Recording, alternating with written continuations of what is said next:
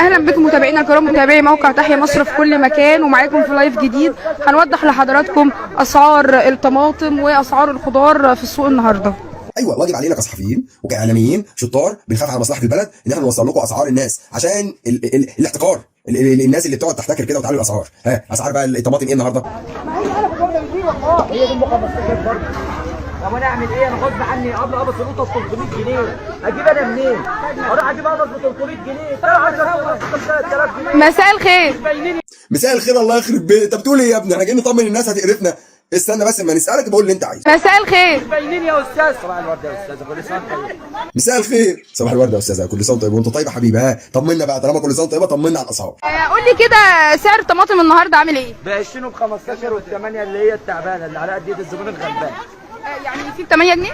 ايه ده؟ يعني في 8 جنيه؟ اهو في 8 جنيه يا مغردين يا بتوع اشاعات. في 8 جنيه، في قوطه ب 8 جنيه اهو ب 8 جنيه قوطه. مش زي ما انت بتقولوا ب 30 وب 20. في ب 8 جنيه على قد الزبون الغلبان. مش مهم الزبون الغلبان ولا مش غلبان، المهم ان في 8 جنيه، المهم في 8 جنيه يا اعداء النجاح. في 8 جنيه قوطه ب 8. عندنا هنا مبدا كل الغلابه ده، بس برضه يا استاذ الزبون كان بيجيب انت 3 كيلو قطه ب 10 جنيه، النهارده كيلو قطه ب 15 وب 20 هيجيب. لا يا حبيبي، لا تقول الصح لا تسكت. هنقعد نرغي بقى وتقول رايك بقى وكل القطه و3 كيلو ب 10 والكلام. لا ده كان زمان يا حبيبي، احنا في زمن دلوقتي الغالي ما تشتروش. احنا عندنا هنا مبدا كل الغلابه تاكل، بس برضه يا استاذ الزبون كان بيجيب عندك 3 كيلو قطه ب 10 جنيه، النهارده كيلو قطه ب 15 وب 20 هيجيب منين؟ على كيلو لحمه 170 ولا 180 هيجيب منين؟ فغصب عنه برضه كل واحد رب اسره الله يكون في عونه. لا دي مش قصتك انت بقى يا حبيبي، دي مش قصتك. انت بتبيع قوطه، خليك في القوطه بعد اذنك. مالكش دعوه بقى اجيب كيلو لحمه ب 180 جنيه وكيلو قوطه ب 20 جنيه، يبقى كده 200 جنيه وجبه. يعني انت مالك؟ ما تشغلش دماغك بقى. في 8 جنيه بجد، في 8 جنيه بقول لك بجد، قول الحقيقه، في 8 جنيه بجد قول. بس انا شايفه ان في ناس كتير يعني بتشتري طماطم، فمعنى كده ان السعر مناسب للجميع. غصب عنه. انت بتقول ايه؟ مناسب للجميع ازاي يعني؟ مش فاهم حضرتك. يعني التعريض على بطن فاضيه. يعني المهم ان احنا نقول للناس بتشتري، ما هو لازم يشتروا القطه يا حبيبتي. يعني الناس هتجيب كاكا مثلا وتعصرها بدل القطه. غصب عنهم لازم يجيبوا ربع كيلو على قد السلطه عشان ما يطلعوش العيال محروم. هيجيبوا منين طيب؟ عاجبك كده؟ عاجبك اهو، اتحركت اهو. لو كنت سكت وحطيت لسانك جوه بوقك ما كانش ده اتحركت اهو، حركك اهو.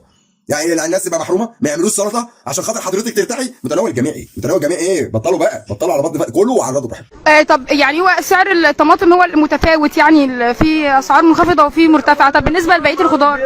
يعني هو سعر الطماطم بس. طب يا عم عادي يعني حبيت ازنقك اقول لك ب 8 جنيه واقول لك في متناول الجميع، هربت لي. انا اصيع منك بقى، انا كصحفيه كبنت شاطره كده وبعرف اصيع منك. دي بقى متفاوت. بقيه الخضار يلا قول لي الاسعار. ماشي، بس سعر الطماطم امبارح كان بسعر والنهارده بسعر، يعني انتوا بتبيعوا بمزاجكم ولا ايه؟ ايوه انتوا استغلاليين يلا. انتوا اهو شفت، انا قلت لك انتوا حراميه، انتوا بتبيعوا بمزاجكم. امبارح بقى كيلو الطماطم كان بسعر والنهارده بسعر. ما قالتش السعر كام، بس امبارح كان بسعر. عارف امبارح كان ب 25 والنهارده ب 20. يا حراميه حراميه. لا يا فندم، انا رحت السوق ما لقيتش الا ده وبيقول لي القفص ب 250 و300. جبت 10 قفص ب 3000 جنيه، اجيب منين طيب؟ ابيع ايه؟ ما تشتريش يا بيه، قلنا الحاجه اللي تغلى ما تشتريهاش. ما تبيعش. شايف عربيه الحمار اللي انت سايقها دي؟ اركن الحمار على جنب ووفر بقى، وفر البرسيم اللي هياكل الحمار. مش تجيب القطه غاليه عشان تبيع للناس غاليه، انت عبيط؟ طب ماشي، بالنسبه بقى للفلفل والجزر وبقيه الخضار؟ اغلى من التفاح والموز ساعات. ايوه، يعني النهارده اشتري كيلو تفاح اعصره او اقطعه بدل الفلفل. التفاح ب 20، الفلفل ب 30. ايه ده؟ ما تقولش كده يا ابني، مع اني شايف الناس واقفه بتشتري. اكيد في متناول الجميع برضه. انتوا معاكم فلوس بس مخبيين يا شعب يا لئيم. ايه ده الواحد يجيب له تفاحيه ويقشرها ويديها العيال احسن من قرن الفلفل اللي هيرميه في طبق السلطه ولا في الاكل. اخي منك. طب كده هيغلوا التفاح عشان خاطر حضرتك تهدى، بدل ما يرخصوا الحاجه هيغلوا التفاح. ابو 20 جاي ب 35 بكره الصبح. ليه بقى؟ عشان الناس ولا تلاقي تقطع فلفل ولا تقطع تفاح. الله يكون في عون الناس اليومين دول يا طب استاذ. والبصل؟ لا ده البصل ارخص حاجه موجوده اليومين دول في السوق. هيغلى يا حبيبي، هيغلى، ما تستعجلش. هيغلى. مش انت قلت ارخص حاجه عندك بكام البصل؟ ب 2 جنيه هيغلى. عشان بصلة المحب خروف يا ابني. بس طيبه. طب بالنسبه للجزر؟ لا جزر ايه بقى؟ انت بتدور على اي حاجه رخيصه عشان تعملي الشغل. اسعار في متناول الجميع يا استاذ، والشباب لاقيه شغل والدنيا حلوه. والحياه زبادي خلاص.